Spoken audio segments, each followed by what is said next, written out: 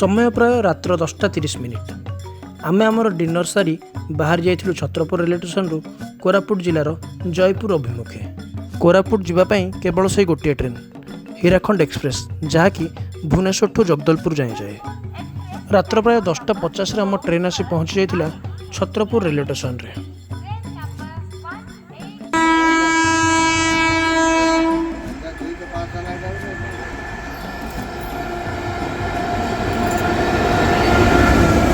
रमेश भाईना आउ राजेंद्र दादा आउ मु आमे स्लीपर सीट पाई आराम रे सोई पड़िथिलु।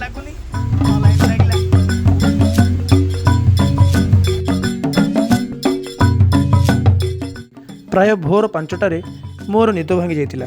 बास ट्रेन रो से छुक छुक साउंड आउ ट्रेन चली थाए बहुत स्लो रे, जेहेतु ट्रेन टी पहाड़ ऊपर जाउ थाए।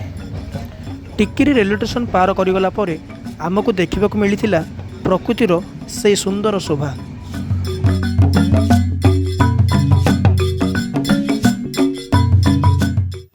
सकाळ प्राय 9टारे आमे आसी पहुँची जाइथिलु कोरापुट रेलवे स्टेशन रे।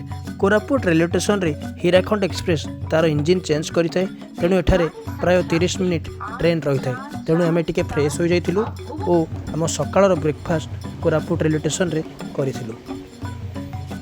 पहाड़ झरणा आउ बहुत गुड़िए टनेल दे यही ट्रेन टी जाई थाए कोरापुट रु जयपुर।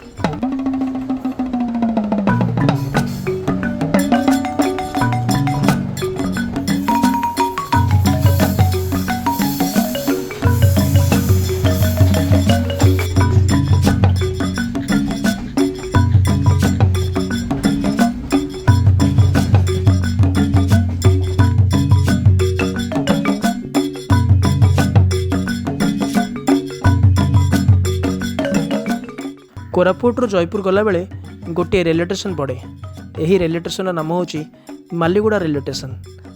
मालीगुड़ा टनेल्स भारतर चतुर्थ बृहत्तम ब्रॉडगेज टनेल। यह जयपुर रु 13 किलोमीटर और कोरापुट रु 27 किलोमीटर दूर अवस्थित।